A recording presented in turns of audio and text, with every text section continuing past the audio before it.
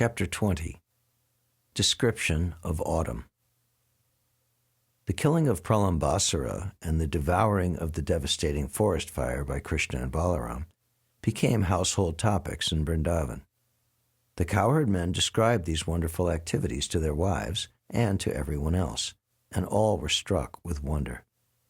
They concluded that Krishna and Balaram were demigods who had kindly come to Vrindavan to become their children. In this way, the rainy season ensued. In India, after the scorching heat of the summer, the rainy season is very welcome. The clouds accumulating in the sky, covering the sun and the moon, become very pleasing to the people, and they expect rainfall at every moment. After summer, the advent of the rainy season is considered to be a life-giving source for everyone. The thunder and occasional lightning are also pleasurable to the people. The symptoms of the rainy season may be compared to the symptoms of the living entities who are covered by the three modes of material nature. The unlimited sky is like the Supreme Brahman, and the tiny living entities are like the covered sky, or Brahman covered by the three modes of material nature. Originally, everyone is part and parcel of Brahman. The Supreme Brahman, or the unlimited sky, can never be covered by a cloud, but a portion of it can be covered. As stated in the Bhagavad Gita, the living entities are part and parcel of the Supreme Personality of Godhead, but they are only an insignificant portion of the Supreme Lord. This portion is covered by the modes of material nature, and therefore the living entities are residing within this material world. The Brahma Jyoti, spiritual effulgence, is just like the sunshine. As the sunshine is full of molecular shining particles, so the Brahma Jyoti is full of minute portions of the Supreme Personality of Godhead. Out of that unlimited expansion of minute portions of the Supreme Lord, some are covered by the influence of material nature, whereas others are free. Clouds are accumulated water drawn from the land by the sunshine. Continually for 8 months, the sun evaporates all kinds of water from the surface of the globe, and this water is accumulated in the shape of clouds, which are distributed as water when there is need. Similarly, a government exacts various taxes from the citizens, which the citizens are able to pay by their different material activities, agriculture, trade, and industry. Thus, the government can also exact taxes in the form of income tax and sales tax. This is compared to the sun drawing water from the earth. When there is again need of water on the surface of the globe, the same sunshine converts the water into clouds and distributes it all over the globe. Similarly, the taxes collected by the government must be distributed to the people again as educational work, public work, sanitary work, etc. This is very essential for a good government. The government should not simply exact tax for useless squandering. The tax collection should be utilized for the public welfare of the state. During the rainy season, there are strong winds blustering all over the country and carrying clouds from one place to another to distribute water. When water is urgently needed after the summer season, the clouds are just like a rich man who, in times of need, distributes his money even by exhausting his whole treasury. So the clouds exhaust themselves by distributing water all over the surface of the globe. When Maharaj Dasarath, the father of Lord Ramachandra, used to fight with his enemies, it was said that he approached them just like a farmer uprooting unnecessary plants and trees. And when there was need of giving charity, he used to distribute money exactly as the cloud distributes rain. The distribution of rain by the clouds is so sumptuous that it is compared to the distribution of wealth by a great, munificent person. The clouds' downpour is so sufficient that the rains even fall on rocks and hills and on the oceans and seas when there is no need for water. It is like a charitable person who opens his treasury for distribution and who does not discriminate whether the charity is needed or not. He gives in charity open-handed. Before the rainfall, the whole surface of the globe becomes almost depleted of all kinds of energies and appears very lean. After the rainfall, the whole surface of the earth becomes green with vegetation and appears to be very healthy and strong. Here, a comparison is made with the person undergoing austerities for fulfillment of a material desire. The flourishing condition of the earth after a rainy season is compared with the fulfillment of material desires. Sometimes, when a country is subjugated by an undesirable government, persons and parties undergo severe penances and austerities to get control of the government, and when they attain control, they flourish by giving themselves generous salaries. This also is like the flourishing of the earth in the rainy season. Actually, one should undergo severe austerities and penances only to achieve spiritual happiness. In the Srimad Bhagavatam, it is recommended that tapasya, or penance, should be accepted for realizing the Supreme Lord. By accepting austerity and devotional service, one regains his spiritual life, and as soon as one regains his spiritual life, he enjoys unlimited spiritual bliss.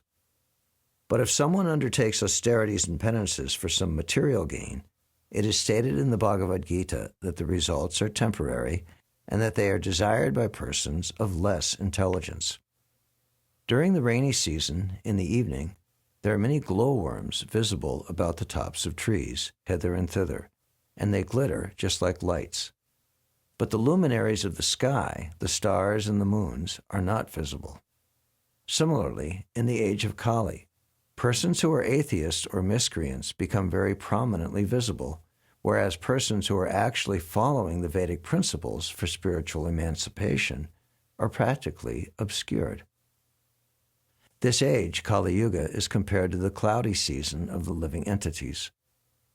In this age, real knowledge is covered by the influence of material advancement of civilization. The cheap mental speculators, atheists, and manufacturers of so-called religious principles become prominent like the glowworms, whereas persons strictly following the Vedic principles or scriptural injunctions become covered by the clouds of this age.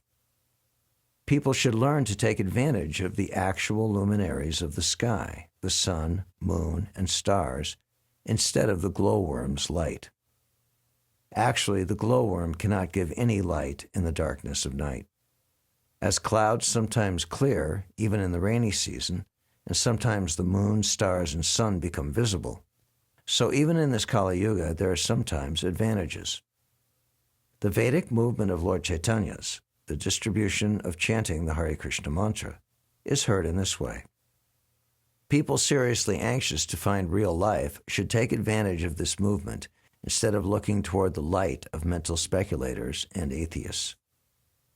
After the first rainfall, when there is a thundering sound in the clouds, all the frogs begin to croak, like students suddenly engaged in reading their studies. Students are generally supposed to rise early in the morning. They do not usually arise of their own accord, however, but only when there is a bell sounded in the temple or in the cultural institution. By the order of the spiritual master, they immediately rise, and after finishing their morning duties, they sit down to study the Vedas or chant Vedic mantras. Everyone is sleeping in the darkness of Kali Yuga, but when there is a great acharya, by his calling only, everyone takes to the study of the Vedas to acquire actual knowledge. During the rainy season, many small ponds, lakes, and rivulets become filled with water. Otherwise, the rest of the year they remain dry.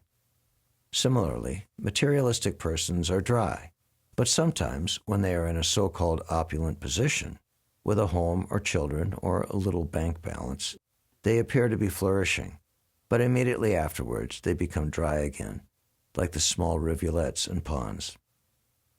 The poet Vidyapati said that in the society of friends, family, children, wife, etc., there is certainly some pleasure, but that pleasure is compared to a drop of water in the desert. Everyone is hankering after happiness, just as in the desert everyone is hankering after water. If, in the desert, there is a drop of water, the water is there, of course, but the benefit from that drop of water is very insignificant. In our materialistic way of life, we are hankering after an ocean of happiness. but in the form of society, friends, and mundane love, we are getting no more than a drop of water. Our satisfaction is never achieved, as the small rivulets, lakes, and ponds are never filled with water in the dry season.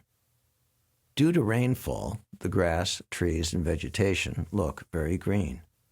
Sometimes the grass is covered by a certain kind of red insect, and when the green and red combine with umbrella-like mushrooms, the entire scene changes, just like a person who has suddenly become rich. The farmer then becomes very happy to see his field full of grains, but the capitalists, who are always unaware of the activities of a supernatural power, become unhappy because they are afraid of a competitive price. In some places, certain capitalists in government restrict the farmer from producing too much grains, not knowing the actual fact that all food grains are supplied by the Supreme Personality of Godhead. According to the Vedic injunction, Eko Bahunam Yo Vididhati Kaman, the Supreme Personality of Godhead maintains this creation. Therefore, he arranges for a supply of whatever is required for all living entities. When there is population increase, it is the business of the Supreme Lord to feed them. But persons who are atheists or miscreants do not like abundant production of food grains, especially if their business might be hampered. During the rainy season, all living entities in the land, sky, and water become very refreshed, exactly like one who engages in the transcendental loving service of the Lord. We have practical experience of this with our students in the International Society for Krishna Consciousness. Before becoming students, they were dirty-looking, although they had naturally beautiful personal features.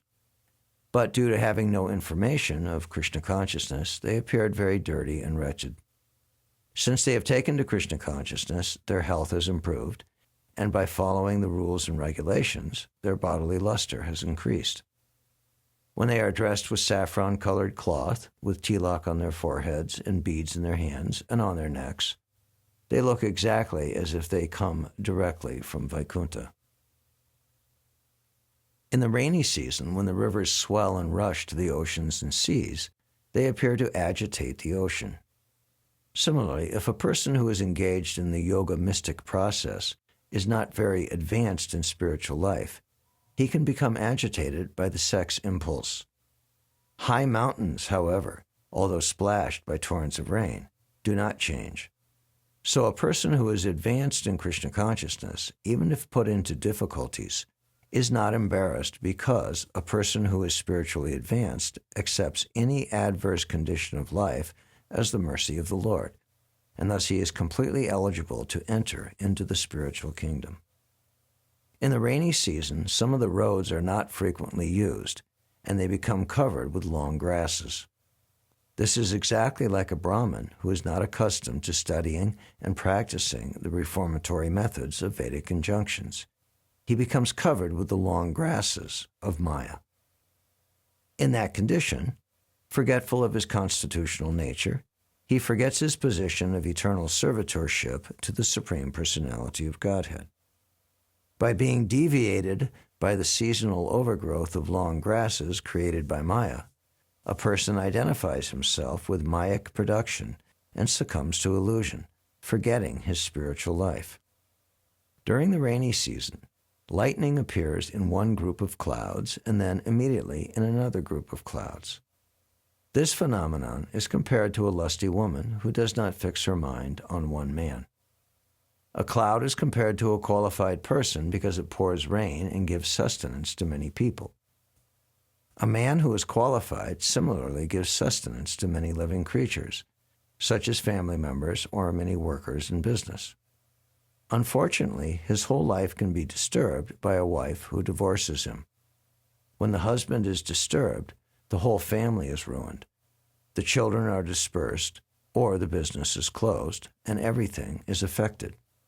It is therefore recommended that a woman desiring to advance in Krishna consciousness peacefully live with a husband, and that the couple not separate under any condition. The husband and wife should control sex indulgence and concentrate their minds on Krishna consciousness, so their life may be successful. After all, in the material world, a man requires a woman, and a woman requires a man. When they are combined, they should live peacefully in Krishna consciousness and should not be restless like the lightning, flashing from one group of clouds to another. Sometimes, in addition to the roaring thunder of the clouds, there is an appearance of a rainbow, which stands as a bow without a string. Actually, a bow is in the curved position, being tied at its two ends by the bowstring. But in the rainbow, there is no such string, and yet it rests in the sky so beautifully. Similarly, when the Supreme Personality of Godhead descends to this material world, he appears just like an ordinary human being, but he is not resting on any material condition. In the Bhagavad Gita, the Lord says that he appears by his internal potency, which is free from the bondage of the external potency. What is bondage for the ordinary creature is freedom for the personality of Godhead. In the rainy season, the moonlight is covered by clouds, but is visible at intervals. It sometimes appears that the moon is moving with the movement of the clouds, but actually the moon is still. Due to the clouds, it also appears to move. Similarly, for one who has identified himself with the moving material world, his actual spiritual luster is covered by illusion. And with the movement of material activities, he thinks that he is moving through different spheres of life. This is due to false ego, which is the demarcation between spiritual and material existence, just as the moving cloud is the demarcation between moonlight and darkness. In the rainy season, when the clouds appear for the first time, after seeing their appearance, the peacocks begin to dance with joy. This can be compared to persons who are very harassed in the materialistic way of life. If they can find the association of a person engaged in the loving devotional service of the Lord, they become enlightened, just like the peacocks when they dance. We have practical experience of this, because many of our students were dry and morose previous to their coming to Krishna consciousness. But having come into contact with devotees, they are now dancing like jubilant peacocks. Plants and creepers grow by drinking water from the ground. Similarly, a person practicing austerities becomes dry.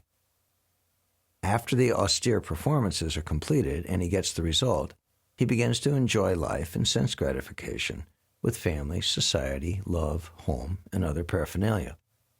Sometimes it is seen that cranes and ducks meander continually on the banks of the lakes and rivers, although the banks are filled with muddy garbage and thorny creepers. Similarly, persons who are householders without Krishna consciousness are constantly tarrying in material life, in spite of all kinds of inconveniences. In family life, or any life, they cannot be perfectly happy without being Krishna conscious.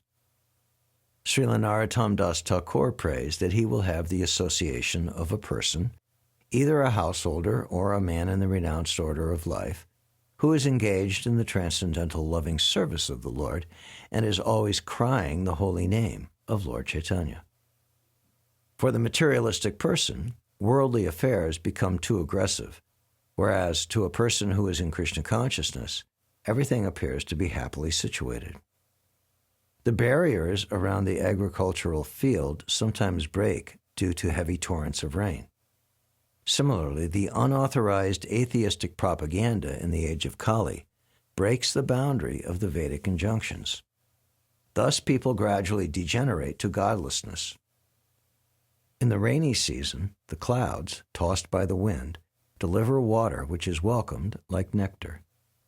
When the Vedic followers, the Brahmins, inspire rich men like kings and the wealthy mercantile community to give charity in the performance of great sacrifices, the distribution of such wealth is also nectarian.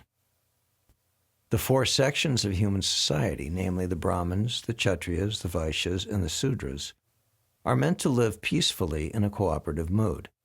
This is possible when they are guided by the expert Vedic Brahmins, who perform sacrifices and distribute wealth equally.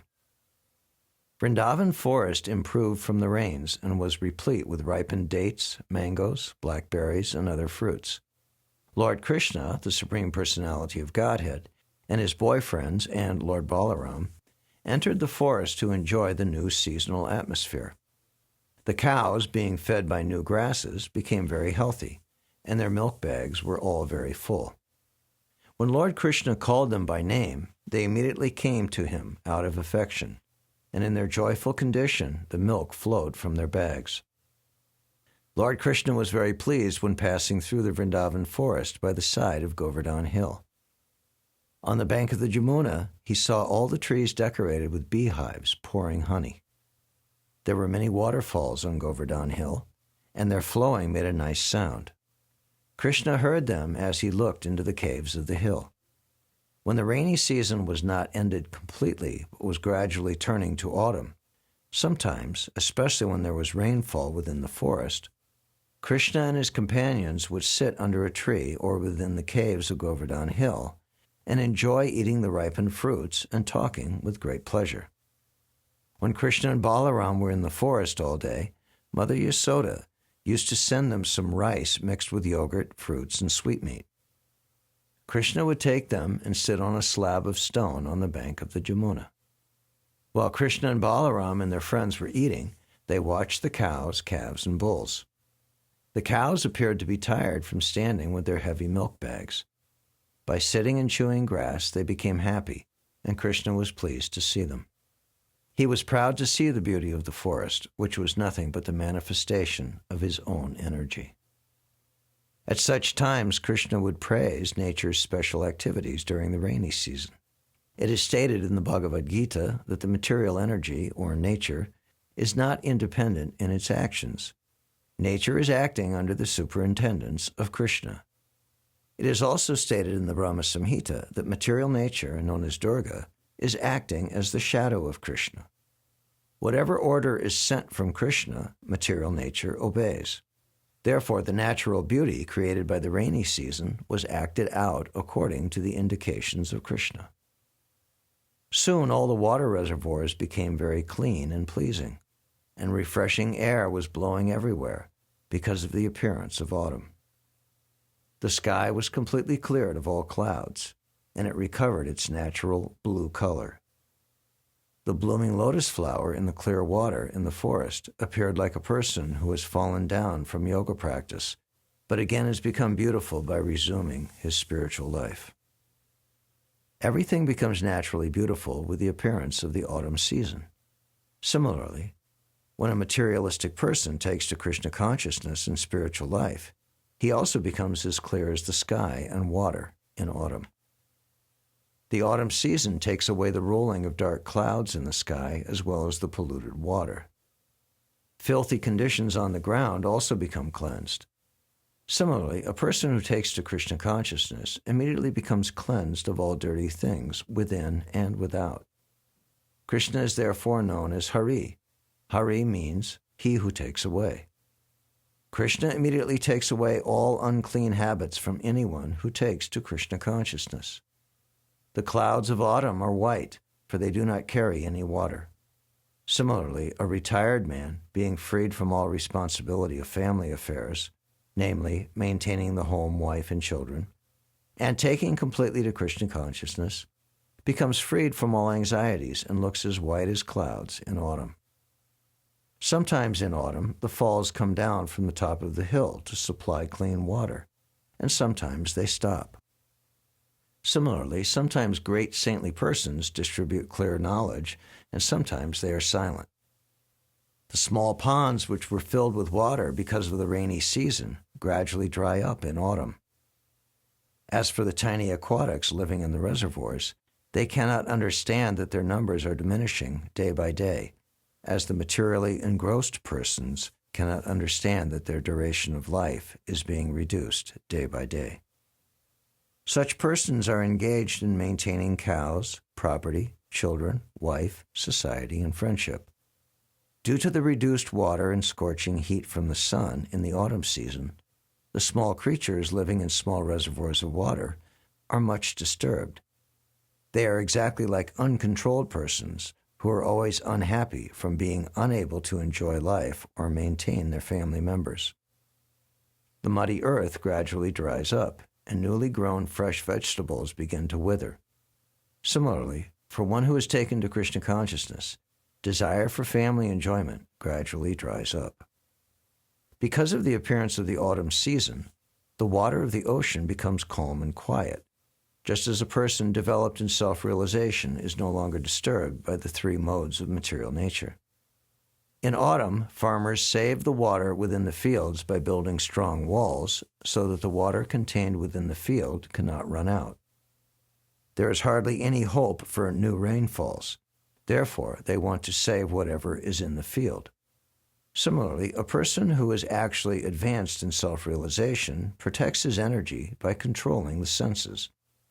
It is advised that after the age of 50, one should retire from family life and should conserve the energy of the body for utilization in the advancement of Krishna consciousness. Unless one is able to control the senses and engage them in the transcendental loving service of Mukunda, there is no possibility of salvation. During the daytime in autumn, the sun is very scorching, but at night, due to the clear moonshine, people get relief from the day's fatigue. If a person takes shelter of Mukunda or Krishna, he can be saved from the fatigue of misidentifying the body with the self. Mukunda, or Krishna, is also the source of solace to the damsels of Vrindavan. The damsels of Brajabhumi are always suffering because of separation from Krishna. When they meet Krishna during the moonlit autumn night, their fatigue of separation is also satiated. When the sky is clear of all clouds, the stars at night shine very beautifully. Similarly, when a person is actually situated in Krishna consciousness, he is cleared of all dirty things, and he becomes as beautiful as the stars in the autumn sky. Although the Vedas prescribe karma in the form of offering sacrifices, their ultimate purpose is stated in the Bhagavad Gita. One has to accept Krishna consciousness after thoroughly understanding the purpose of the Vedas. Therefore, the clean heart exhibited by a devotee in Krishna consciousness can be compared to the clean sky of the autumn season. During autumn, the moon looks very bright along with the stars in the clear sky. Lord Krishna himself appeared in the sky of the Yadu dynasty, and he was exactly like the moon surrounded by the stars or the members of the Yadu dynasty.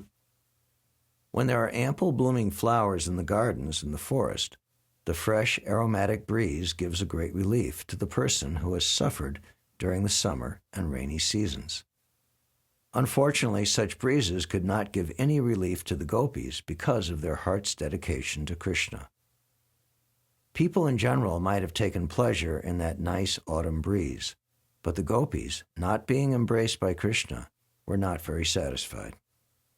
On arrival of the autumn season, all the cows, deer, birds, and females in general become pregnant because in that season, generally, all the husbands become impelled by sex desire. This is exactly like the transcendentalists who, by the grace of the Supreme Lord, are bestowed with the benediction of their destinations in life. Srila Rupa Goswami has instructed in his Upadeshamrita that one should follow devotional service with great enthusiasm, patience, and conviction, and should follow the rules and regulations, keep oneself clean from material contamination, and stay in the association of devotees.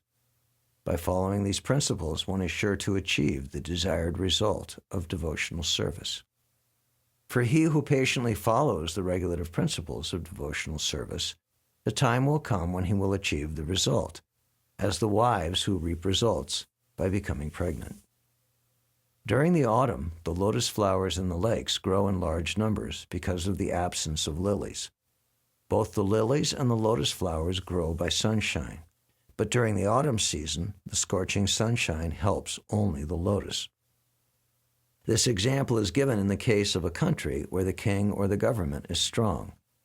The rise of unwanted elements like thieves and robbers cannot prosper. When the citizens become confident that they will not be attacked by robbers, they develop very satisfactorily. A strong government is compared to the scorching sunshine in the autumn season. The lilies are compared to unwanted persons like robbers, and the lotus flowers are compared to the satisfied citizens of the government. During autumn, the fields become filled with ripened grains. At that time, the people become happy over the harvest and observe various ceremonies, such as Navana, the offering of new grains to the Supreme Personality of Godhead. The new grains are first offered to the deities in various temples, and all are invited to take sweet rice made of these new grains. There are other religious ceremonies and methods of worship, particularly in Bengal, where the greatest of all such ceremonies is held, called Durga Puja. In Vrindavan, the autumn season was very beautiful then because of the presence of the Supreme Personality of Godhead, Krishna and Balaram. The mercantile community, the royal order, and great sages were free to move to achieve their desired benedictions. Similarly, the transcendentalists, when freed from the encagement of the material body, also achieved their desired goal.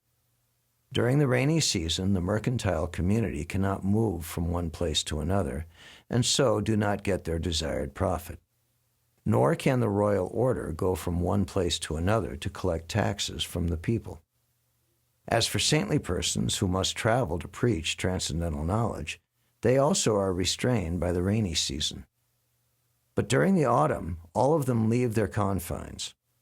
In the case of the transcendentalist, be he a jnani, a yogi, or a devotee, because of the material body, he cannot actually enjoy spiritual achievement. But as soon as he gives up the body, or after death, the jnani emerges into the spiritual effulgence of the Supreme Lord. The yogi transfers himself to the various higher planets, and the devotee goes to the planet of the Supreme Lord, Goloka Vrindavan, or the Vaikunthas, and thus enjoys his eternal spiritual life.